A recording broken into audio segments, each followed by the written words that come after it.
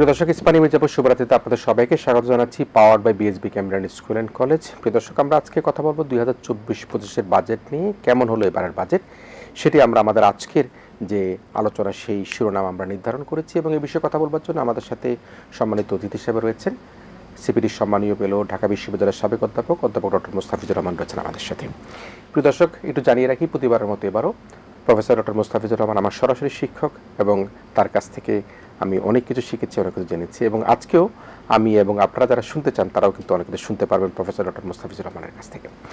আমরা জানি দর্শক যে কোনো রকম বড় পরিবর্তন ছাড়াই যেটি প্রস্তাবিত বাজেট ছিল, সেই বাজেটের পরে কণ্ঠভোটে সেই বাজেট পাশ হয়েছে গতকালকে, এবং সেখানে আমরা দেখেছি এবছর গত বছরের তুলনায় 36,000 কোটি টাকা বেশি রেখে যে বাজেট করা হয়েছে তার পরিমাণ হচ্ছে 7,97,000 কোটি টাকা, এবং এটি বর্তমান যিনি অর্থমন্ত্রী জনাব আবুল হাসান মোহাম্মদ আলী সাহেবের এটি হচ্ছে প্রথম বাজেট, এবং আওয়ামী লীগের 25তম বাজেট, আর সারা দেশের মধ্যে ধরি 53তম বাজেট এটি। তো স্যার, আলোচনার শুরুটা এভাবেই করতে চাই। বাজেট প্রতিক্রিয়ায় তো অনেক কিছুই থাকে, এবং সবসময় আমরা দেখি যে আমাদের বাজেট প্রতিক্রিয়ায় সরকারি দলের একটা বক্তব্য থাকে, যারা সরকারে নেই তারা একটা বক্তব্য থাকে, কিন্তু তারপরেও কিন্তু যারা বিশ্লেষক, যারা সমাজচিন্তক বা যারা মধ্যবিত্ত নিম্নবিত্ত, তাদের কিন্তু এক ধরনের বক্তব্য থাকে, কিন্তু মাঝে মাঝে আবার দেখা যায় যে উচ্চবিত্তরাও কিন্তু হাহাকার করে, কিছু হচ্ছে না তাদের জন্য। তো এবারের বাজেটে আমরা আসলে ভালো মন্দ সব মিলিয়েই আমরা দেখেছি যে কালো টাকা সাদা করার কথা বলা হয়েছে, 35% যেটা কর্পোরেট ট্যাক্সের কথা সেখান থেকে 25% করা হয়েছে, সামাজিক সুরক্ষা খাত সামান্য কিছু বরাদ্দ বাড়া হয়েছে, কিন্তু যেটি বড় প্রশ্ন সেটি হচ্ছে বর্তমান যে বাস্তবতা বলা হচ্ছে আমাদের প্রায় $100 বিলিয়ন আমাদের এখন ঋণ পরিষেবা বা ঋণ সেটি শোধ করবার কথা রয়েছে। আমরা আমাদের যে অভ্যন্তরীণ আয়, সেই অভ্যন্তরীণ আয়কে বৃদ্ধি করার কৌশল বারবার নির্ধারণ করি, কিন্তু সেটি আমরা কাঙ্ক্ষিত লক্ষ্যে পৌঁছাতে পারি না। আমাদের ঘাটতি বাজার সবসময় থেকেই যাচ্ছে। তো এই সব দিক মিলিয়ে এবারের বাজেট নিয়ে আপনার মোটা দাগে বিশ্লেষণ কি? ধন্যবাদ কিরণ। প্রিয় ছাত্রের সাথে আলাপের সুযোগ, এটা তো আমার জন্য খুবই আনন্দের। যে প্রশ্নটা আপনি করেছেন সেটা নিয়ে অনেক আলাপ আলোচনা হচ্ছে, যে আমাদের সাধারণ ভাবে বলতে গেলে মোটা দাগে এই বাজেট সম্বন্ধে আমাদের প্রতিক্রিয়া কি। আমরা বাজেটের আগেও প্রতিক্রিয়া দিয়েছি, আপনার সাথেও আলাপ হয়েছে। এখন বাজেট তো গৃহীত হয়েছে আমাদের মহান সংসদে, এবং এটা এখন বাস্তব একটা বিষয়। সাধারণভাবে বলতে গেলে প্রথমেই যেটা বলতে হয় যে এবারের বাজেট তো বেশ কিছু সীমাবদ্ধতার মধ্যেই করতে হয়েছে। উচ্চ মূল্যস্ফীতি, এটাকে নিয়ন্ত্রণ করার কথা চিন্তা করতে হয়েছে। সেটা চিন্তা করে আমাদের বাজেটের আকার কিন্তু কিছুটা সীমিত রাখতে হয়েছে। প্রকৃত যদি আমি ইনফ্লেশন অ্যাকাউন্টিং করি, তাহলে গতবারের বাজেট থেকে এইবারের বাজেট কিন্তু খুব বেশি বড় না, 3-4% হবে। বাংলাদেশ ব্যাংকের সংকোচনমূলক নীতির সাথে এটাকে আবার সমন্বয় করতে হয়েছে। এইগুলো সীমাবদ্ধতা আছে, কিন্তু তারপরও আমি বলবো যে বেশ কিছু জায়গায় যেখানে নাকি আপত্তি ছিল, আপনি উল্লেখ করেছেন কালো টাকা সাদা করার যে সুযোগ, এবং কেবলমাত্র সুযোগ না, এটাকে একটা ইমিউনিটি দেওয়া হয়েছে, যে এটা নিয়ে কোনো, এটা প্রত্যেকবারই যখন দেওয়া হয় আগে কিন্তু ইমিউনিটিটা ছিল না। আচ্ছা আচ্ছা, এটাই এবারের পার্থক্য, যে আগে যখন এটা কালো টাকা সাদা করা হয়েছে, কেউ যদি পরবর্তীতে অ্যান্টি করাপশন কমিশন বা ফাইন্যান্সিয়াল ইন্টেলিজেন্স ইউনিট যদি বের করতে পারে যে এটা অবৈধ একটা টাকা, আপনি জমি বিক্রি করেছেন, এটা সরকারের মৌজার দামের সাথে প্রকৃত দামের একটা পার্থক্য হয়েছে, আপনার লিগালি যেটা বিক্রি করেছেন সেখানে একটা টাকা এটা কালো হয়ে গেছে, সেটা আপনি ক্লারিফাই করতে, সেটা আপনি প্রদর্শন করছেন, সেটাতে কোনো আপত্তি নেই। কিন্তু আপনি চোরাচালান করে অথবা যদি আমি দুর্নীতি করি, এগুলো করে যদি সেটাকে সাদা করি, তো তাহলে পরবর্তীতে কিন্তু আমাদের বিভিন্ন আইন প্রয়োগকারী সংস্থা যারা আছেন তারা কিন্তু ওইটা নিয়ে তারা ইনভেস্টিগেশন করে তাকে কিন্তু মামলা করতে পারে, আইনের আওতায় আনতে পারে। এবার কিন্তু পার্থক্যটা হলো যে এবার যে 15% দিয়ে তারপর আপনি যদি সাদা করেন, আপনাকে আর কোনো আইনের আওতায় এটাকে আপনাকে আর এটার জন্য জবাবদিহিতা করতে হবে না।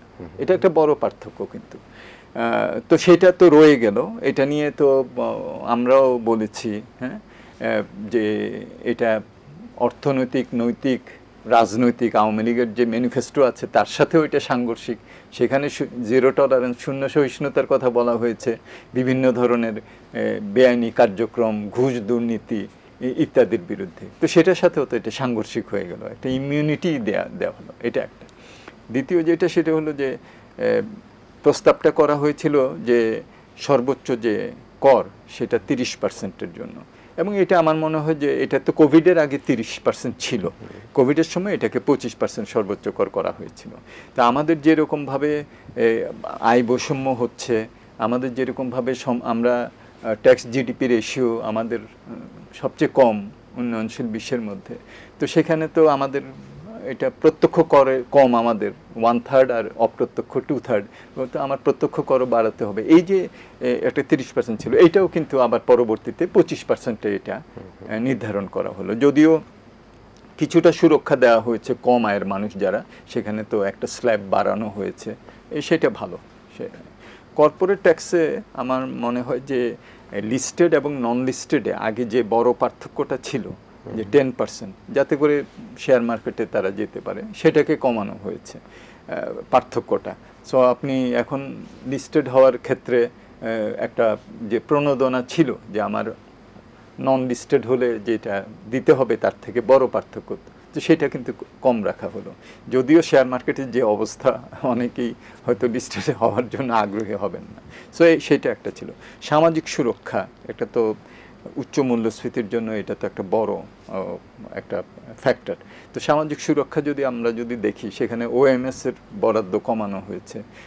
সামাজিক সুরক্ষায় পেনশন যদি আপনি বাদ দেন তাহলে কিন্তু সেরকম পেনশনকে ঢুকিয়ে রাখা হচ্ছে সামাজিক সুরক্ষা, সেটা যদি আমরা বাদ দিই তাহলে খুব বড় ধরনের সেখানে কিন্তু পার্থক্য নেই। যদিও এখন প্রয়োজন ছিল এটার ব্যক্তি স্থায়িত্ব, এটা প্রাপ্তি, এগুলোকে সম্প্রসারিত করার। তো সেটা আবার ভালো দিকও আছে অবভিয়াসলি, যে আমাদের যে স্থানীয় যে উৎপাদন, আমদানি প্রতিস্থাপক, সেগুলোর অনেকগুলিকে সুরক্ষা দেওয়ার জন্য আবার শুল্ক হার বেশি রাখা হয়েছে, আমদানি শুল্ক, যাতে তারা সুরক্ষা পেতে পারেন। কিছু কিছু নিত্য প্রয়োজনীয় পণ্যের যে ট্যাক্সের সোর্স যেটা, সেটাকে কিছুটা কমানো হয়েছে, 2%-এর জায়গায় 1% করা হয়েছে, এবং সেটার মধ্যে অনেক নিত্য প্রয়োজনীয় পণ্য এখানে আমাদের মরিচ, হলুদ থেকে শুরু করে সব কিছু আছে। সো এইটা আবার ভালো। অন্য দিক থেকে আবার মোবাইল ইন্টারনেট সেবা, সেখানে একটা তো কর হার বাড়ানোর ফলে সেখানে একটা অনেকের জন্যই এটা একটা নেতিবাচক একটা, ওই যে শুল্কমুক্ত গাড়ি আনার যে বিষয়টি, সেটা তো ওই যে আমাদের মাননীয় অর্থমন্ত্রী একটা আবেদন রেখেছিলেন যে দেশের এইরকম একটা অর্থনৈতিক পরিস্থিতিতে এই বছর যাতে শুল্কমুক্ত গাড়ি আমদানি যাতে না করা হয়। তো সেটা কিন্তু শেষ পর্যন্ত কিন্তু টিকলো না, এবং শুল্কমুক্ত আমদানির সেটা কিন্তু রয়ে গেল। এবং আমরা জানি যে অনেকেই বা কেউ অনেক দামি গাড়ি, যেগুলোর উপরে 250-300%-এর মতো শুল্ক আছে, সেগুলো তারা আমদানি করেন এটা সুযোগে। একটা করা যেত যে একটা সিলিংয়ের নিচে যদি হয় তাহলে শুল্কমুক্ত আপনারা আনতে পারবেন, তার বেশি হলে শুল্ক দিতে হবে, এরকম কিন্তু একটা মাঝামাঝি করা যেত। সেটাতেও কিন্তু সিসি পর্যন্ত যে গাড়ি সিসি পর্যন্ত করা যেতে পারত, হ্যাঁ, কিন্তু সেটাতে তারা গেলেন না। সো এইটা কিন্তু সাধারণ মানুষের কাছে খুবই একটা দৃষ্টিকটু লেগেছে যে এই সময়টাতে যখন সবাই বেল্ট টাইটেনিং করছে, অর্থনীতি একটা অনিশ্চয়তা, কিছুটা ঝুঁকির মধ্যে আছে, আমরা গত 2 বছর ধরে এত উচ্চ মূল্যস্ফীতির মধ্যে আমরা আছি, এরকম একটা সময় তারা কিছুটা স্যাক্রিফাইস করলেন, এই প্রত্যাশাটা কিন্তু ছিল। অনেকে বলেছেন যে ইউএনওরা আনে, অন্যরা আনে, কিন্তু তারা তো জনপ্রতিনিধি, হ্যাঁ, সুতরাং তাদের কাছে কিন্তু আকাঙ্ক্ষা, প্রত্যাশাটা সাধারণ মানুষের হয়তো ব্যক্তিগত ব্যবহারের জন্য বেশি ব্যবহৃত, ইউএনওরা বা সরকারি কাজে ব্যবহার হচ্ছে না, হয়তো বা এমপিরা তাদের এলাকায় যেতে হয়, হ্যাঁ, সেটাকে অস্বীকার করা যায় না।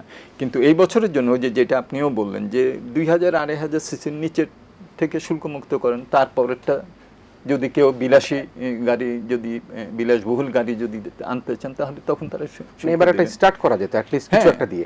হ্যাঁ, এইটা, এবং বিশেষত এখনকার পরিস্থিতিতে অর্থনীতি যখন আবার ঘুরে দাঁড়াবে, তখন হয়তো আমাদের এগুলো হয়তো এতটা আমাদের হয়তো প্রত্যাশাও তখন থাকবে না। হ্যাঁ, সো এইটা তো সাধারণ, যদি মোটা দাগে যদি আমি বলি, তাহলে এটার মধ্যে ভালো দিকও আছে অবভিয়াসলি, এবং একটা চ্যালেঞ্জিং টাইমে অর্থমন্ত্রীকে এই বাজেটটা প্রস্তুত করতে হয়েছে। আবার অন্য দিক থেকে এই যে কয়টা ইস্যু বললাম, সেটা কিন্তু সাধারণ মানুষের যারা নাকি প্রান্তিক আছেন, স্থির আয়ের আছেন, তাদের সামাজিক সুরক্ষা সেখানে যেরকম প্রত্যাশা করা হয়েছিল সেটা আসেনি। একটা বিষয়, যেহেতু আমি অভিবাসন নিয়ে কাজ করি, সে কারণে অনেক অভিবাসীদের প্রত্যাশা হয়তো ছিল, এটা কিন্তু আমরা বেশ আগে থেকে বলছিলাম যে তাদের অভিবাসী আয়ের উপর যে প্রণোদনা দেওয়া হয় 2.5%, এবং সেটাকে বাড়ানো যায় কিনা, ইভেন 5% করা যায় কিনা। কারণ সরকার তো নানা ক্ষেত্রে কিন্তু ভর্তুকি দিচ্ছে, ইনসেন্টিভও দিচ্ছে। যেমন আমরা এখনও কিন্তু আরএমজি খাতের ইনসেন্টিভ পুরোপুরিভাবে তুলে দেওয়া হয়নি, হয়তো বা কমানো হয়েছে। আবার আমরা কৃষি বলি, সেচ বলি, বিদ্যুৎ বলি, পানি বলি, সব জায়গায় কিন্তু কোনো না কোনোভাবে সরকার একটা ভর্তুকি দিচ্ছে। তো ওই জায়গাটার মধ্যে যারা শ্রমে ঘামে এই কর্মীরা, তারা মা বাবা, ভাই বোন, স্ত্রী সন্তান রেখে যারা বিদেশে অবস্থান করছে, তো এই অর্থটা বিদেশি আমাদের দেশেই তো আসবে এবং আমার রিজার্ভের একটা যোগ হবে। তো সেখানে 2.5% কিন্তু এখনো বলা আছে। আমি কোনো সুস্পষ্ট বৃদ্ধির কোনো সুনির্দেশনা দেখতে পাইনি। আপনি এটা আমি একটু ভিন্ন দৃষ্টি নেব। হ্যাঁ, আপনি অভিবাসনের সাথে কাজ করেন, নিজে এটার সাথে সম্পৃক্ত আছেন, আমি এটা নিয়ে কাজ করি গবেষক হিসাবে। তো সেই দৃষ্টিভঙ্গি থেকে বলবো যে একটা তো ছিল যে মানে সরকার 2.5% পর্যন্ত 2.5% দেবেন, আর ব্যাংকগুলো 2.5%-এর মতো দিতে পারে। এটা একটা ইতিবাচক ফল কিন্তু রেখেছে। হ্যাঁ, ইতিবাচক ফল রেখেছে, এবং আমাদের তো রেমিটেন্স এইবার তো বেশ ভালো, মানে $25 বিলিয়ন কাছাকাছি আমাদের জুলাই টু জুন এই গত অর্থ বছর, যেটা 23-24 অর্থ বছরে গেল। তো এটা ইতিবাচক ভূমিকা রেখেছে। কিন্তু দেখুন, 2 বছর আগেও কিন্তু যারা রেমিটেন্স পাঠাতেন তারা 86 টাকা করে পেতেন, এখন 117 টাকা পাচ্ছেন, তাই না? কিছুদিন আগে 110 ছিল। আমি কিন্তু আমাকে যদি জিজ্ঞেস করেন তাহলে আমি কিন্তু যুক্তি দিতাম যে দেখুন, আপনারা 110 পাচ্ছেন, এটার সাথে 5%-এর মতো আপনারা প্রণোদনা পাচ্ছেন, আমি আপনাকে এখন 117 টাকা দেব। এবং সরকারের যে এটার জন্য যে 6,000-7,000 কোটি টাকা প্রণোদনা, বা ব্যাংকগুলোকেও এটার জন্য যে অতিরিক্ত 3-4,000-5,000 কোটি টাকা দিতে হচ্ছে, তাহলে এটা আর লাগছে না। এখন তো আমাদের বিভিন্ন জায়গায় সাশ্রয় করা দরকার। সো এই বড় যে টাকার মানের অবনমন হলো, এটা কিন্তু আমাদের প্রবাসী ভাইরা কিন্তু পেয়েছেন। হ্যাঁ, এবং এখন 117-র উপরেও কিন্তু 2.5% দেওয়া হচ্ছে। এবং আপনি যদি দেখেন যে আমাদের কার্ড মার্কেটের সাথে যদি আমি এটাকে যদি যোগ করি, তাহলে কিন্তু মোটামুটি একটা এখন সমতার মধ্যে চলে আসছে, 120-21 টাকা। হ্যাঁ, এটা সুতরাং এটা আমি একটু ভিন্ন মানে দৃষ্টিভঙ্গি নেব। যেহেতু আমাদের টাকার অবমূল্যায়ন হচ্ছে 117 টাকা প্লাস 2.5%, প্লাস আরো ব্যাংক যদি আরো বেশি যদি দেয়, তাহলে তো তিনি 123-24 টাকা। কিন্তু দুঃখবোধ যে জায়গাটা নিশ্চয়ই আপনাদের কাছে বিশ্লেষণ আছে, আমরা দেখেছি IMF কিন্তু এটা বলেছেন যে তাদের প্রণোদনা উঠিয়ে দেওয়ার কথা কিন্তু পরামর্শ আমরা শুনতে পেয়েছি 2.5%। কিন্তু দুঃখবোধ যেটা হচ্ছে যে সরকার তো বহু জায়গায় দিচ্ছে, এবং সবসময় আমরা বলি সোনার মানুষ, সোনার ছেলে, তারা এই করেছে, তারা আমাদের দেশের এখন নতুন প্রজন্মের মুক্তিযোদ্ধা। কিন্তু সেই অর্থে কি না, দেখুন, এটাকে শুধুমাত্র আমি প্রণোদনার দৃষ্টিভঙ্গি থেকে না দেখে, আমি যদি তাকে আরো একটু ভালো স্কিল দিয়ে পাঠাতে পারি, সে $100 জায়গায় তখন $150 পাঠাতে পারে। আচ্ছা, তাই না? সো এইটা একটা। বিভিন্ন জায়গায় যেসব হ্যারাসমেন্ট তাদের করতে হচ্ছে, পাঠানোর যে খরচ, হ্যাঁ, আমরা তো বিবিএস-এরই ওই 2020-এর আমার খেয়াল আছে অভিবাসন ব্যয় আপনি দেখেছেন নিশ্চয়ই ওই রিপোর্ট। হ্যাঁ, প্রায় 4,20,000 টাকা হলো গড়ে। হ্যাঁ, এবং তাদের প্রথম 2 বছর চলে যায় হলো এই টাকাটাই উঠাতে। হ্যাঁ, সো এই জায়গাগুলোতে আমি যদি তাদেরকে কিছুটা সুরক্ষা দিতে পারি, তারপরে হ্যারাসমেন্ট, এবং তারপরে ওখানে যে অনেকে কাজ না পাওয়া, ইলিগাল হয়ে যান, সো আমার তাকে সহায়তা করাটার কিন্তু বিভিন্ন উপায় আছে, প্রণোদনা হলো তার মধ্যে একটা। হ্যাঁ, সুতরাং আমার ওই জায়গাগুলোতে যদি আমি বিনিয়োগ করি, মানে এখন আমি যদি এখানে 2.5% দিয়ে আমি যদি, তাহলে আমার যদি $25 বিলিয়ন হয়, 2.5% যদি আমি যদি দেই, তাহলে তো সেখানে তো এই 25 বিলিয়নের উপরে যদি 2.5% আমি হিসাব করি, তাহলে 5-6 হাজার কোটি টাকা। তো আমি যদি সেটাকে যদি অন্য জায়গায় ব্যয় করে তার জন্য স্কিল ডেভেলপমেন্ট, তার মার্কেটের চাহিদা অনুযায়ী তাকে প্রস্তুত করা, এগুলোতে করি, অতি দক্ষ করে প্রেরণ করা, তাহলে কিন্তু তার যে আয়টা সে আয়টা কিন্তু ওই 2.5% প্রণোদনার থেকে আরো অনেক বেশি হবে। কিন্তু সেক্ষেত্রে একটা চ্যালেঞ্জ স্যার, সেটা হচ্ছে যে আমরা দেখেন আমাদের যারা অভিবাসী কর্মীরা তাদের মধ্যে কিন্তু একটা প্রবণতা আছে, তারা 5 লাখ টাকা খরচ করতে রাজি আছে কিন্তু 5,000 টাকা দিয়ে ট্রেনিং নিতে রাজি হয় না। এইটাও কিন্তু একটা বড় না, চ্যালেঞ্জ। এটা তো অবশ্যই, কারণ এখন 5 লাখ টাকা আমি ওখানেই খরচ করে ফেলছি, আমার আবার যদি 25,000 টাকা দিয়ে ট্রেনিং করতে হতো, আমার তো 5,25,000 টাকা খরচ হচ্ছে। তো আমার কিন্তু দুই দিকেই আমার চেষ্টাটা করতে হবে। একটা হলো কিভাবে অভিবাসন ব্যয় কমানো যায়, আমাদের প্রতিবেশী দেশগুলোর তুলনায় তো আমাদের বেশি, এটা তো কেউ স্বীকার করতে পারবে না। আর কিভাবে আমরা বাজারের চাহিদা অনুযায়ী আমরা সেই স্কিলটা দিতে পারি। হ্যাঁ, এবং এই যে অনেকে যাচ্ছেন হয়তো ওখানে যে ইল্লিগাল হয়ে যাচ্ছেন, যে কাজের জন্য বলে নেওয়া হয়েছে সেই কাজটা পাচ্ছেন না, এই বিষয়গুলোতেও আমরা যদি নজর দেই তাহলে কিন্তু সামগ্রিক যদি আমি ধরি তাহলে কিন্তু ওইভাবে ওনার জন্য যে লাভটা এটা অনেক বেশি হবে, ব্রড অ্যাসপেক্টে সেটা আরো বেশি হবে, অনেক বেশি হবে, শুধুমাত্র 2.5%-এর এই যে প্রণোদনা।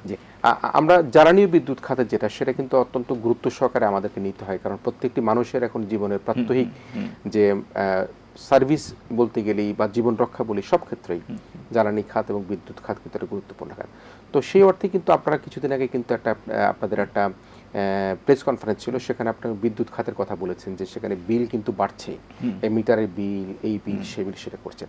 তো জ্বালানি খাতের সুরক্ষা বা জনগণের মধ্যে স্বস্তি প্রদান করবার ক্ষেত্রে এই বাজেটে কোনো দিক নির্দেশনা আছে কিনা? বাজেটে যেটা দেখলাম, আমাদের ইতিবাচক যেটা দেখলাম সেটা হলো যে দেরিতে হলেও আমাদের বাপেক্স এবং আমাদের এই সংশ্লিষ্ট যেসব ব্যয় আছে সেখানে কিন্তু একটা বরাদ্দ রাখা হয়েছে। আমি দেখলাম যে প্রায় 4,500 কোটি টাকার মতো সেখানে বিপিসি, বাপেক্স এদের জন্য রাখা হয়েছে, যাতে করে ওই যে আমরা এখন একটা প্ল্যান করেছি যে 100টা অনশোর কূপ খনন করা হবে, বাপেক্স তার মধ্যে মেজরিটি করবে। এই বিষয়গুলো কিন্তু আমাদের গতকালের বিষয় ছিল, কিন্তু আমরা সেগুলো কিন্তু নেই। এখন এলএনজিতে আমাদেরকে একটা বড় সাবসিডি দিতে হচ্ছে। হ্যাঁ, তো আমরা এলএনজি নির্ভর হয়ে গেলাম, কিন্তু আমাদের এই যে আমরা 2015 সালে আমরা আরও 1,18,000 স্কোয়ার কিলোমিটার আমরা ব্লু ইকোনমি, সমুদ্র আমাদের সীমানা আমরা নির্ধারিত করলাম, মিয়ানমারের সাথে ফাইট করলাম, ইন্ডিয়ার সাথে ফাইট করলাম। তো আমরা 2015 পরে ইন্ডিয়া, মিয়ানমার তারা কিন্তু এটা বিভিন্ন ধরনের অফশোর ড্রিলিং ইত্যাদি করে কিন্তু তারা সেখানে থেকে লাভ করছে। আমরা এখন আমাদের এই প্রোডাকশন শেয়ারিং কন্ট্রাক্ট এগুলোকে আবার রিনিউ করে আবার নতুন করে আমরা এখন বিডিংয়ে যাচ্ছি এই নভেম্বরে ইত্যাদি। সো আমরা তো অনেক দেরি করে ফেলেছি এবং এই সময়টাতে আমরা এলএনজির উপরে, আমদানির উপরে আমরা নির্ভর হয়ে গেলাম। এখন এলএনজিতে আমাদেরকে সাবসিডি দিতে হচ্ছে। সো এইটা, সুতরাং এখানে একটা কৌশলগত দিক আছে যেটা আমার মনে হয়, এবং আমাদের সেই প্রেস ব্রিফিং যেটা আপনি বললেন সেখানে স্পষ্ট উঠে আসছে, বিভিন্ন গবেষকরাও বলেছেন যে এই যে আমরা যে অনশোর অফশোর এগুলোতে যে কোনো ধরনের বিনিয়োগ করলাম না, সেটা তো আমাদের জন্য এখন একটা কাল হয়ে দাঁড়িয়েছে। আমাদের ফ্যাক্টরিগুলোতে আমরা গ্যাস দিতে পারছি না। হ্যাঁ, আপনি ঠিকই বলেছেন, বিদ্যুৎ, হ্যাঁ, এটার দাম এটা আমাদের কয়বার বাড়িয়েছি। আমি দেখছি বিকেএমই, বিজিএমই তারা কিন্তু যৌথভাবে বলেছে যে আপনারা আমাদের কাছ থেকে গ্যাসের পয়সা নেন, কিন্তু গ্যাসের পরিবর্তে বাতাস দিয়েন না, কিন্তু গ্যাস দেন। তারা অভিযোগ করেছে অনেক সময় গ্যাস ঢুকে না, বাতাস ঢুকে। এক্স্যাক্টলি। এবং তারা যখন নাকি এই যে সাবসিডি যখন উইথড্র করা হয়, হ্যাঁ, তখন তারা বলেন যে এই যে আমাদেরকে বেশি দামে কিনতে হচ্ছে এবং বিভিন্ন জায়গায় আমাদের যেসব প্রাতিষ্ঠানিক সেবা পাওয়ার কথা সেগুলো আমরা পাচ্ছি না। আমাদের গ্যাসের, আপনি যেটা ঠিকই বললেন যে গ্যাস বেশি দাম দিয়ে হলেও আমি কিনতে রাজি আছি, কিন্তু এটাকে কিছুটা হলেও সুরাহা করার জন্য তারা তখন এই বিভিন্ন সাবসিডির উপরে কিছুটা নির্ভরশীল হতে হয়। কিন্তু তারা কিন্তু বলেন যে আমার তো একজন ব্যবসায়ী হিসেবে আমার হলো কস্ট টোটাল কত, এখন এইটা আমি যদি অন্য জায়গায় আমার কমে তাহলে তো আমি এই সাবসিডির আমার তো দরকার নেই। সো কিন্তু আমার কস্ট অফ ডুইং বিজনেস, আমার বিজনেস এনভায়রনমেন্ট, আমার বিভিন্ন জায়গায় খরচ ইত্যাদি, লাইসেন্সিং খরচ, আপনার ট্রান্সপোর্টে খরচ এবং লিগাল ইলিগাল নানান ধরনের খরচ। সো এগুলো তো প্রাতিষ্ঠানিক সক্ষমতা, প্রাতিষ্ঠানিক জবাবদিহিতা, প্রাতিষ্ঠানিক স্পষ্টতা, এগুলো যদি আমরা ট্যাকল করতে পারি তাহলে কিন্তু তাদের ওই চাহিদাটা হ্যাঁ, এই যে ভর্তুকি কমালে তাদের একটা আপত্তি, সেটাও কিন্তু তখন থাকে না। আমরা ভ্যাট এবং ট্যাক্স আহরণ প্রক্রিয়া নিয়ে সবসময় একটা মানুষের মধ্যে ট্যাক্স ভীতি ভয় থাকে, বা ভ্যাট নিয়েও কিন্তু এখন মিশ্র প্রতিক্রিয়া রয়েছে। তো সেক্ষেত্রে এনবিআর তার কাঙ্ক্ষিত লক্ষ্যে পৌঁছাতে কী কারণের জন্য প্রতি বছরের চ্যালেঞ্জে পড়তে হয়? এটা কি জনগণের মধ্যে উদ্ভূততা কম, নাকি না ট্যাক্স আহরণ প্রক্রিয়াটা কঠিন, নাকি মানুষের মধ্যে যে এটা মিশ্র ভাব যে আমি একবার ট্যাক্স দিলে পরের কি আবার বেশি দিতে হবে কিনা? আপনার বিশ্লেষণ কি? আমার মনে হয় যে এখানে কয়েকটা ভাবে জিনিসটা দেখা যায়। একটা হলো যে এনবিআর না পারার পেছনে একটা বড় কারণ হলো যে এনবিআর এর জন্য যে টার্গেটটা, রিভাইজ টার্গেট যেটা করা হয়, সেটার উপরে হয়তো 12-15% গ্রোথ এটা দেখানো হলো, কিন্তু প্রকৃত যে এনবিআর এর যেটা কালেকশন, সেটা কিন্তু ওই রিভাইজ টার্গেটের থেকে কম হয়। তার ফলে যেটা নাকি নির্ধারিত হলো, ওইটা আগের বারের প্রকৃত যেটা নাকি এনবিআর কালেক্ট করেছে তার থেকে 30%-25% বেশি হয়। তো এক বছরে একটা অর্গানাইজেশনের পক্ষে 30% বা 25% গ্রোথ করা তো সম্ভব হয় না। সেই জন্য পরের বছরও আবার টার্গেট হয়। যে দেখেন এইবার 9.7%, জি হ্যাঁ, 9.7% করতে হলে এনবিআরকে প্রায় 30-35% এই গত অর্থ বছরের প্রকৃত যে কালেক্ট করেছেন সেটা থেকে তাদের বৃদ্ধি করতে হবে। এটা তো একটা অবাস্তব। সো বাজেটের আমি যদি কাঠামোগত দিক দেখি, স্ট্রাকচার দেখি, তো স্ট্রাকচারে প্রথমেই কিন্তু একটা গলদ নিয়ে শুরু হচ্ছে যে আমি যে প্রজেকশনটা করছি, প্রাক্কলনটা করছি, এই প্রাক্কলনটা বাস্তবসম্মত না। এটা একটা। দ্বিতীয় যেটা, এটা হ্যাঁ অনেকেরই আমাদের একটা অনীহা থাকে যে আমি যদি ট্যাক্স নেটের মধ্যে চলে আসি তাহলে তো আমাকে হ্যারাস করবে, ইত্যাদি করবে। এই জায়গাটা একটা আস্থারও একটা ব্যাপার আনতে হবে। এবং সেই জায়গা থেকে আমি বলবো যে যত আমরা প্রযুক্তিকে ব্যবহার করতে পারবো, ইন্টারফেস, হিউম্যান ইন্টারফেসটাকে কমাতে পারবো, তত কিন্তু আমাদের দুইটা লাভ হবে। একটা হলো যে এখানে যে বিভিন্ন ধরনের ব্যত্যয় বিচ্যুতি থাকে, হ্যাঁ, এখানে অনেক সময় টাকা লেনদেন করতে হয় ট্যাক্স দেওয়ার জন্য, এগুলো কমবে। আর দ্বিতীয়ত যেটা, সেটা হলো যে এটার ফলে এই বিভিন্ন যে লিকেজগুলো, এই লিকেজগুলো আমরা কমাতে পারি। ডিজিটালাইজেশন করে আমি যদি ব্যাংকের সাথে, ইনকাম ট্যাক্সের সাথে, কাস্টমসের সাথে, ভ্যাটের সাথে, বাংলাদেশ ব্যাংকের সাথে আমি যদি একটা ইন্টার অপারেবল একটা সিস্টেম করতে পারি, মানে প্রত্যেকে যাতে সেই বিষয়টাকে দেখতে পারে, সে দেখতে পারবে। এনবিআর এর অফিসার যিনি, উনি কিন্তু দেখতে পারবেন যে উনি ভ্যাট দিয়েছেন এত, বা উনি আমদানি করেছেন এত, হ্যাঁ, তাহলে কিন্তু তার পক্ষেও সম্ভব, এবং আমার পক্ষেও এই যে ফাঁকি দেওয়া, সেটাও কিন্তু আমি কমাতে পারি। আরেকটা যেটা আমি একটু বলি, আরেকটা যেটা, সেটা হলো যে আমরা এনআইডি কে ব্যবহার করে ভারতের মতো আধার কার্ডের মতো যদি আমরা করতে পারি, তাহলে কিন্তু আমার ব্যয়ের সাথে আমি যে আয়টা দেখাচ্ছি সেখানে যে বড় অসামঞ্জস্য থাকে, অসামঞ্জস্যতা, আমি দেখাচ্ছি আমার আয় হলো মনে করেন যে 50 লাখ টাকা, কিন্তু আমি যখন আমার এক্সপেন্ডিচার হচ্ছে সেখানে কিন্তু দেখা যাচ্ছে যে আমি অনেক বেশি এক্সপেন্ডিচার করছি। ওই ইনফরমেশনটা যখন নাকি এনবিআর এর অফিসারের কাছে চলে আসবে, উনি কিন্তু তখন দেখবেন যে ওনার আয়ের সাথে ওনার জীবন ধারণের ব্যয় অনেক বেশি। এইটা তাহলে যেটা ইন্ডিয়াতে করেছে, ইন্ডিয়াতে আমাদের তো টিন, ট্যাক্স আইডেন্টিফিকেশন নাম্বার, ওদের হলো পার্সোনাল অ্যাকাউন্ট নাম্বার, প্যান। তো আমি যেই প্যান দিয়ে এটাকে সাবমিট করলাম, এখন ম্যান্ডেটারি করে দিয়েছে 2021 থেকে আধার নাম্বারও দিতে হবে। তো আধার নাম্বারটা কিন্তু হলো ওই যে এক্সপেন্ডিচারের রেকর্ড হয়ে যাচ্ছে। আমি যদি একটা গাড়ি কিনতে যাই, আমাকে কিন্তু ওই গাড়ি যিনি বিক্রি করবেন উনি কিন্তু বলবেন আপনার আধার নাম্বারটা দেন, কারণ না হলে তাকে কিন্তু ধরবে। আমি যদি একটা বিমানের টিকিট কিনি, আমাকে কিন্তু ওই ট্রাভেল এজেন্ট বলবে যে আপনার আধার নাম্বারটা দেন, তাহলে কিন্তু এটা। সো আমাদের কিন্তু এগুলোর মধ্যে যেতে হবে, তাহলে এনবিআর এর পক্ষে প্রযুক্তি ব্যবহার করে তারা কিন্তু অনেক কিছু করতে পারবেন। না সেক্ষেত্রে যেমন আমরা ভ্যাটের কথাটাই আসি, যেমন একটা দোকানে দেখা যাচ্ছে সুপার শপে যে সাবানের উপর তার ভ্যাট দিচ্ছে, তো পাশের দোকান যেটা সে কিন্তু ভ্যাট বা কোনো প্রক্রিয়ার মধ্যে নাই।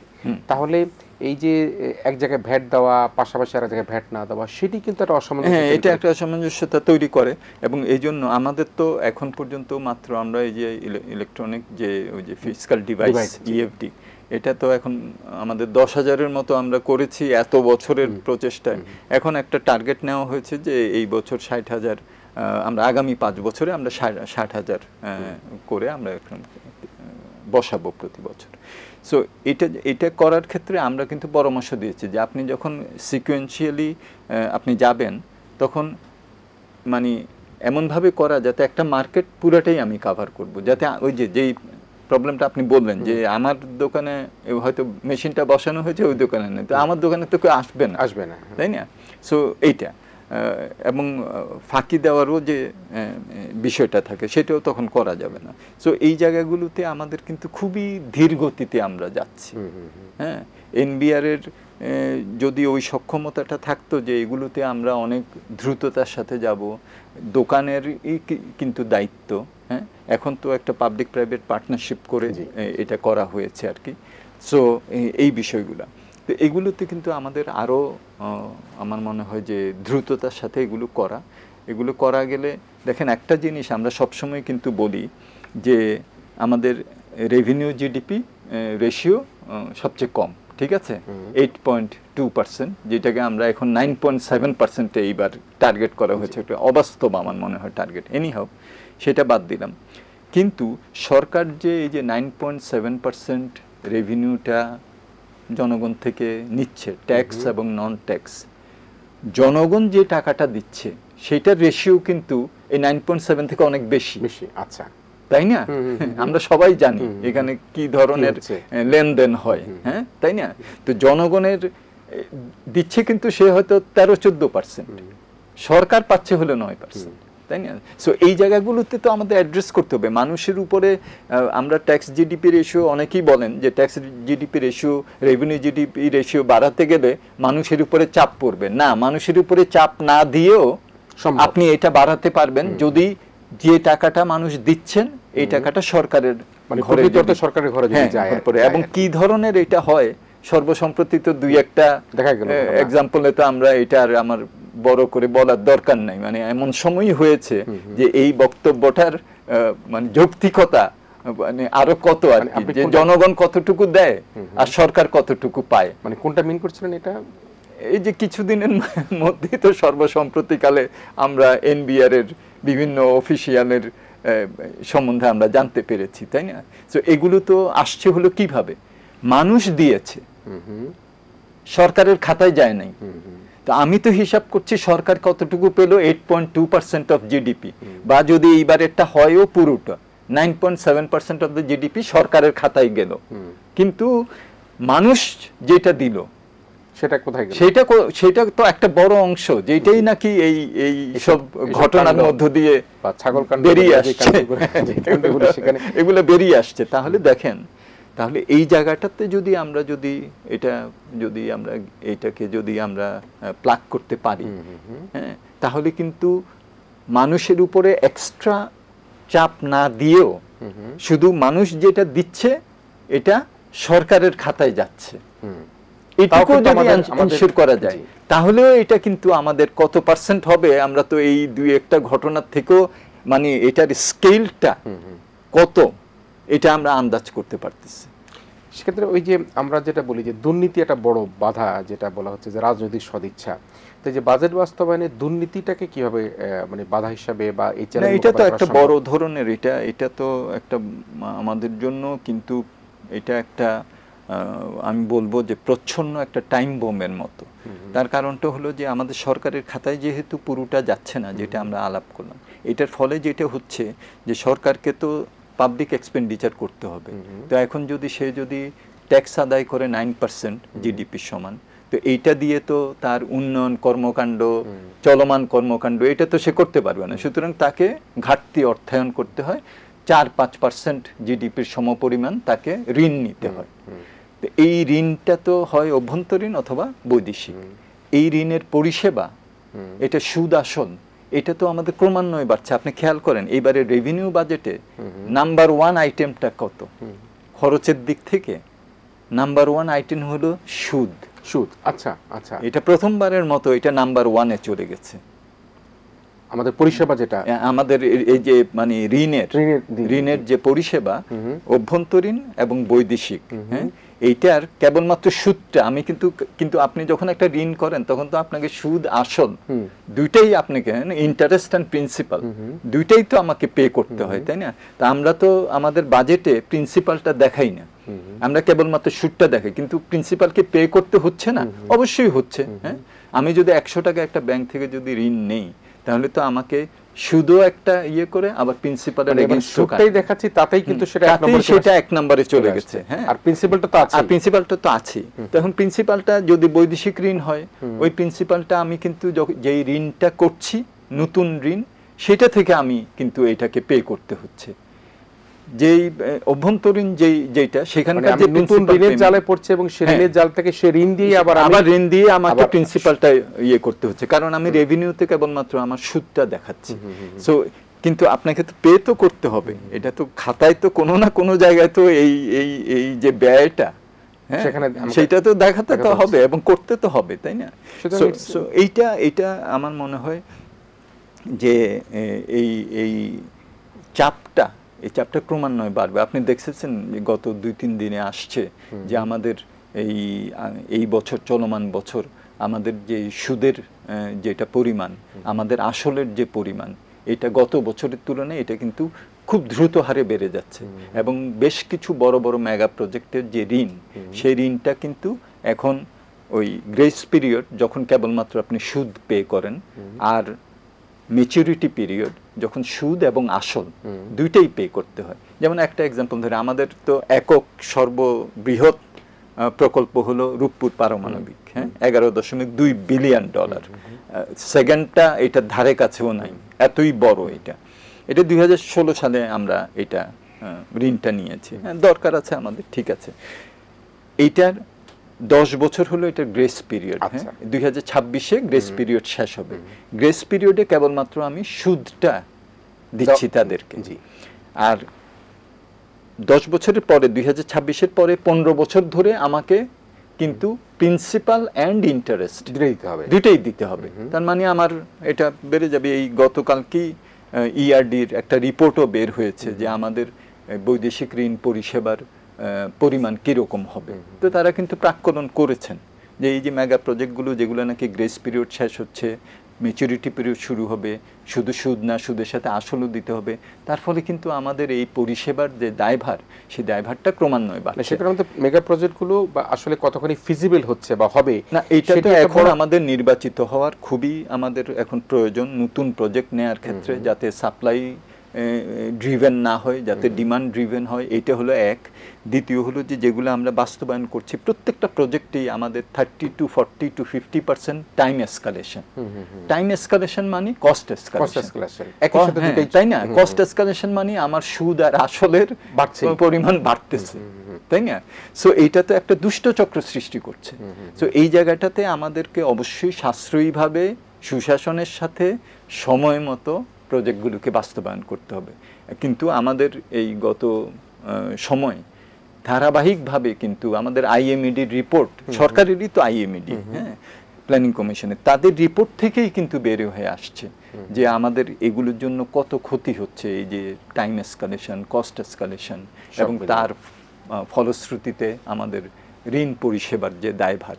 সো এই জায়গাগুলোতে আমাদের অবশ্যই নির্বাচিত হতে হবে। এইবার বাজেটে এই যে পরিষেবা, এটার যে চাপটা আসতেছে, এটারই বোধহয় একটা অনুমান করে একটা চেষ্টা করা হয়েছে কম প্রজেক্ট নেওয়ার, এবং সেখানে মানে বড় বড় প্রজেক্টগুলো সেগুলো নেওয়ার সাবধানতা অবলম্বনের কথা বলা হচ্ছে। যেগুলো নাকি সমাপ্য সেগুলো দ্রুত সমাপ্ত করা, যেগুলো চলমান আছে সেগুলোর জন্য অর্থ ঠিকমতো রাখা, যাতে করে এটা দীর্ঘায়িত না হয়। জাতীয় সংসদে মাননীয় প্রধানমন্ত্রী আলোচনা করেছেন, হ্যাঁ, আলোচনা করেছেন, উনি এটা বলেছেন। সুতরাং তারা অবহিত আছেন যে একটা বড় আরেকটা জিনিস যেটা, সেটা হলো যে 2 বছর আগে আমার যখন নাকি $48 বিলিয়ন আমার রিজার্ভ ছিল, তখন আমি $2 বিলিয়ন, $2.5 বিলিয়ন দিয়েছি। এখন আমার রিজার্ভ যখন কমে, যদি আমি বাংলাদেশ ব্যাংকের হিসাবটাই বলি, আমি IMF এর BPM6 বলছি না, যে $26 বিলিয়ন।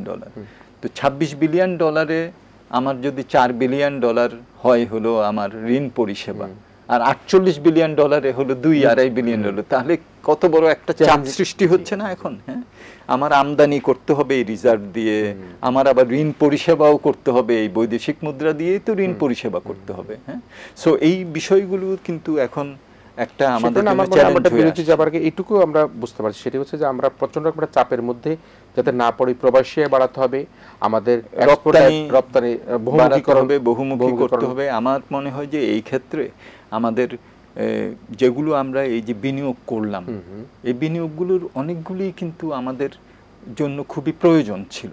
আমি যদি ট্রান্সপোর্ট যদি সময় কমাতে পারি, আমার বিপণন, আমার উৎপাদক, আমার রপ্তানিকারক খরচ কমে আসবে, আমাদের পদ্মা সেতু ইত্যাদি। কিন্তু এটার সাথে সাথে যে অন্য যে কাজগুলো করা, যেমন আমাদের পদ্মা সেতু হওয়ার ফলে আমাদের 21টা সাউদার্ন ডিস্ট্রিক্টের সাথে আমাদের একটা যোগাযোগ হয়েছে, কানেক্টিভিটি হয়েছে। বাংলাদেশ এখন একটা ইন্টিগ্রেটেড ইকোনমি, একটা বঙ্গবন্ধু সেতু, যমুনা সেতু সেটা একটা করেছে, আর এখন পদ্মা সেতু দিয়ে আমরা কিন্তু এটা বাংলাদেশকে একটা জিওগ্রাফিক্যালি একটা ইন্টিগ্রেটেড একটা ইকোনমিতে নিয়ে আসতে পারছি, মানে লাস্ট জিওগ্রাফিক্যাল বিভাজনকে আমরা অ্যাড্রেস করছি। ঠিক আছে, এখন এটাই আমরা 32,000 কোটি টাকা বিনিয়োগ করেছি। এটা টোল দিয়ে তো এটার খালি মেইনটেনেন্সের খরচ হবে। পদ্মা সেতুর যে আয়টা এখন হচ্ছে আমরা দেখতে পাচ্ছি যে সেটি দিয়ে টোল দিয়ে আমাদের শুধুমাত্র মেইনটেনেন্স, আমার রিভার ট্রেনিং, মানে আমার তো একটা এমন একটা মানে দেশ এবং নদী, আমার তো ব্রিজটাকে নদীর উপরে রাখার জন্য অথবা নদীটাকে ব্রিজের নিচে রাখার জন্য আমাকে তো বিরাট একটা প্রতি বছর একটা আমার খরচ করতে হয়। তো এইগুলো যেহেতু একটা বড় খরচ, কিন্তু আমার ওইটা থেকে ইতিবাচক ফলাফলে যে আমরা বলি 1.3% জিডিপি এটা অ্যাড করবে। এটা কখন করবে? এটা করবে হলো যখন নাকি আমি ওই যে ওই 21টা জেলায় আমি প্রায় ইন্ডাস্ট্রি করতে পারি, 17টা আমার স্পেশাল ইকোনমিক জোন করার কথা, ইকো পার্ক করার কথা, ট্যুরিজম করার কথা, অ্যাগ্রো বেসড ইন্ডাস্ট্রি করার কথা, সেগুলো করলে তখন আমার এটা হবে। একটা বিষয় আমার আলোচনা এখনো যুক্ত করতে পারেনি, সেটা এবারের বাজেটে মুদ্রাস্ফীতি এবং মূল্যস্ফীতি নিয়ন্ত্রণে আসলে কি ধরনের সুরক্ষা থাকবে, সেটাকে আপনি কিভাবে দেখেন? আমাদের তো গত 2 বছর ধরে প্রায় ডাবল ডিজিট। হ্যাঁ, এখানে খেয়াল রাখতে হবে যে আমরা যে এখন যে প্রাক্কলন করছি, যে এই অর্থ বছরের শেষে যে এটাকে আমরা 6.5-এর কাছাকাছি আমরা নিয়ে আসব, সেটা যদি আমরা পারিও, খেয়াল করতে হবে যে আমাদের মূল্য স্তরটা কিন্তু অনেক উপরে উঠে গেছে। হ্যাঁ, এখানে ছিল, এখান থেকে এখানে উঠেছে, তারপর আরও 10% হয়ে এখানে উঠেছে, তারপরে এইটার উপরে আমি 6.5%, তার মানে এই পর্যন্ত আসবে। তাহলে স্তরটা কিন্তু অনেক উপরে, মানুষের আয় তো ওইভাবে বাড়ে নাই, তাই না? সো এইটা একটা, যে যদি মূল্যস্ফীতি আমরা নিয়ন্ত্রণও করতে পারি, কেন সামাজিক সুরক্ষায় আমাদের বিনিয়োগ এটা আমাদেরকে বাড়াতে হবে, এটা হলো একটা। আর দ্বিতীয় হলো যে হ্যাঁ, চেষ্টা কিছু করা হয়েছে, শুল্ক কিছু কমিয়ে, নিত্য প্রয়োজনীয় পণ্যের উপরে ভ্যাট ইত্যাদি কমিয়ে, অ্যাট সোর্স ট্যাক্স কমিয়ে, এটা একটা করা হয়েছে। কিন্তু আমার মনে হয় যে এখানে তো আমাদের সরবরাহ যদি আমরা বাড়াতে পারি চাহিদার প্রেক্ষাপটে, তাহলে কিন্তু সেটা বাজারের উপরে একটা ইতিবাচক ফলাফল করবে। সো আমাদের কিভাবে এখন আমরা বিনিয়োগ বাড়াতে পারি। আবার বিনিয়োগের ক্ষেত্রে দেখা গেল যে প্রাইভেট সেক্টরের বলা হচ্ছে যে আমরা 23.5 থেকে এটা 27-এর উপরে নিয়ে যাব। হ্যাঁ, আবার প্রাইভেট সেক্টরের যে ঋণ যেটা তারা নেবে, সেটা প্রবৃদ্ধি যেটা 14% ছিল, এটা এবার প্রাক্কলন করা হয়েছে 9%। তো 9% ঋণ প্রাইভেট সেক্টর নেবেন, আবার এইদিকে আমি হিসাব করছি যে বিনিয়োগ তার প্রায় 3-3.5% আরও বেশি হবে। এইটা তো অঙ্কে মিলে না, এবং এইটা করা তখন সম্ভব হবে না। সুতরাং এই জায়গাটাতেই আমাদের যে বিভিন্ন যে বাজার ব্যবস্থাপনা, এটাকে উন্নত করা, উৎপাদন কিভাবে আমরা আরও ইনসেন্টিভাইজ করতে পারি, যারা উদ্যোক্তা আছেন তাদেরকে ওই যে প্রাতিষ্ঠানিক যেসব সহযোগিতা করে, হ্যারাসমেন্ট না করে এগুলো করতে পারি, এই জায়গাটার দিকে আমাদের আরও নজর দিতে হবে। মূল্যস্ফীতি আমার মনে হয় না যে আমাদের এটা কিছুটা হয়তো কমবে, কিন্তু ওই যে বললাম যে স্তর কিন্তু অনেক উপরে থাকবে। তো সেটা হলো একটা। আর দ্বিতীয় যেটা সেটা হলো যে মূল্যস্ফীতি কমাতে গেলে যে ধরনের আমাদের বাজার ব্যবস্থাপনারও দরকার। আমরা তো অনেক সময় যেটা দেখছি সেটা হলো যে অযৌক্তিক কারণে অনেক সময় হঠাৎ করে বেড়ে গেল, হ্যাঁ, এবং আমরা দেখি পর্যায়ে দেখা যাচ্ছে একটা পণ্য 100 টাকায় বিক্রি হচ্ছে সবজি, কিন্তু উৎপাদক পর্যায়ে যিনি বিক্রেতা তিনি 20 টাকা পাচ্ছেন। হ্যাঁ, আমাদের উৎপাদক পর্যায় থেকে ভোক্তা পর্যায়ে বা আমদানি পর্যায় থেকে ভোক্তা পর্যায়ে এই যে একটা সাপ্লাই চেইন আছে, এই সাপ্লাই চেইনটার তো আমরা এখন দেখছি যে প্রচুর এখানে বিচ্যুতি হচ্ছে এবং সেটা কোনোভাবেই উৎপাদক থেকে এই যে রিটেল লেভেলে এতটা বড় পার্থক্য। আমরা দেখেছি আলুর সময় যে আলুর মৌসুমে যে কৃষক যে আলু উৎপাদন করছে 12 টাকা করে বা 14 টাকা করে কেজি বিক্রি করে ফেলছে, কিন্তু সেই আলুই কিন্তু কৃষককে আবার 40 টাকা কেজি দিয়ে কিনে খেতে হচ্ছে। তাহলে এখানে তার মানে আমাদের অ্যাগ্রো বেসড ইন্ডাস্ট্রি, আমাদের কোল্ড স্টোরেজ, এগুলো যদি আমরা করতে পারি। আরেকটা জিনিস দেখছি আমরা কোল্ড স্টোরেজ প্রসঙ্গে আলাদা আমার মনে পড়লো, সেটা হচ্ছে যে কোল্ড স্টোরেজ দেওয়া হলো করা হলো সরকার লোন দিয়ে যারা উদ্যোক্তা তাদেরকে, যাতে সারা বছর ব্যাপী ন্যায্য মূল্যে জিনিস পায়। কিন্তু আমরা দেখলাম কোল্ড স্টোর করে দেখা যাচ্ছে যারা কোল্ড স্টোর সেখানে সব লুকিয়ে ফেললো। তো সেটাও কিন্তু হ্যাঁ, সুতরাং এই যে এটাই তো বাজার ব্যবস্থাপনা। আমি একটা ইনফ্রাস্ট্রাকচার করলাম যাতে করে আমি ওখানে ওইটা রাখতে পারলাম এবং সময় মতো ওইটা ছাড়লাম, কিন্তু আমার যদি নজরদারি খবরদারি যদি না থাকে তাহলে তো সে তো সময় মতো ছাড়বে না। যাকে আমি লোন দিলাম, ইনফ্রাস্ট্রাকচার করার সুযোগ দিলাম, সেই কিন্তু দেখা গেল যে একটা সিন্ডিকেট করে সেটা করছে। তার মানে কি? তার মানে তো হলো যে আমার যে ব্যবস্থাপনা, হ্যাঁ, এই ম্যানেজমেন্টটা তার মানে এখানে দুর্বলতা আছে।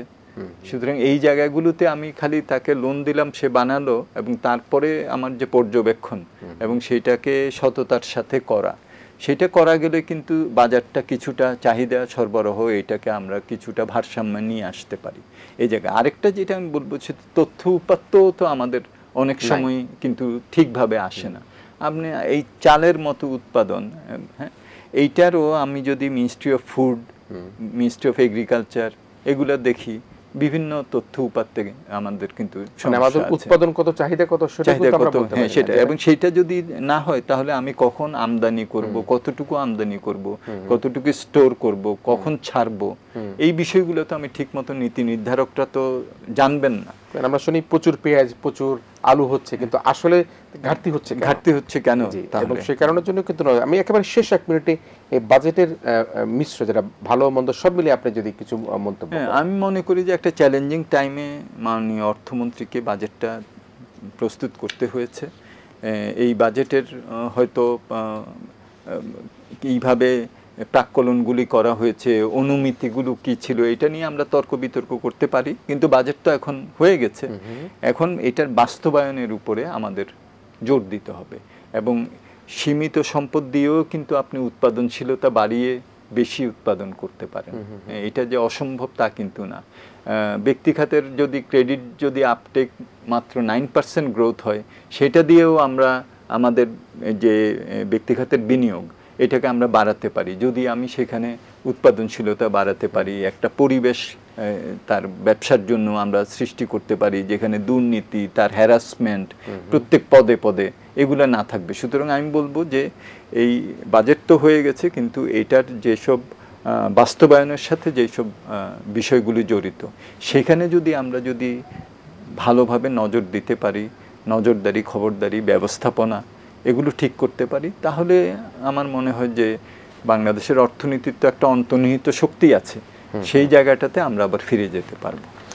ধন্যবাদ প্রফেসর ডক্টর মোস্তাফিজুর রহমান, আমার শিক্ষক। আপনাকে আপনার গুরুত্বপূর্ণ আজকের বক্তব্য দিয়ে আমাদের এই বাজেটের যে আলোচনা, সেই আলোচনাকে একেবারে শেষ মুহূর্তে এনে সকলকে আসলে সম্মিলিত একটা প্রচেষ্টার কথা আপনি আহ্বান জানিয়েছেন। একটা প্যাকেজ ডিল, এটা সরকারের একার পক্ষ করা সম্ভব না। যারা উদ্যোক্তা রয়েছেন তাদেরকেও এগিয়ে আসতে হবে।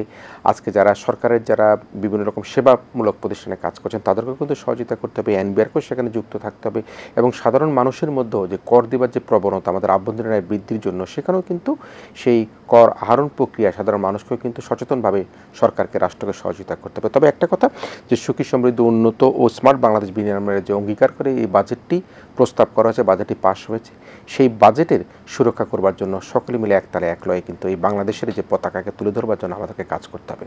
এই প্রত্যাশা রেখে আমাদের আজকের যে এবারের বাজেট কেমন হলো সে আলোচনা এখানে শেষ করছি। প্রিয় দর্শক, আপনারা ভালো থাকবেন। Professor doctor Mostafizur Rahman sir, আপনিও ভালো থাকবেন। আপনাদেরকে সবাইকে আমাদের আগামী অনুষ্ঠান দেখার আমন্ত্রণের মধ্যে দিয়ে আজকের মতো এখানে ইস্পানি মির্জাপুর শুভরাত্রি শেষ করছি। খোদা হাফেজ।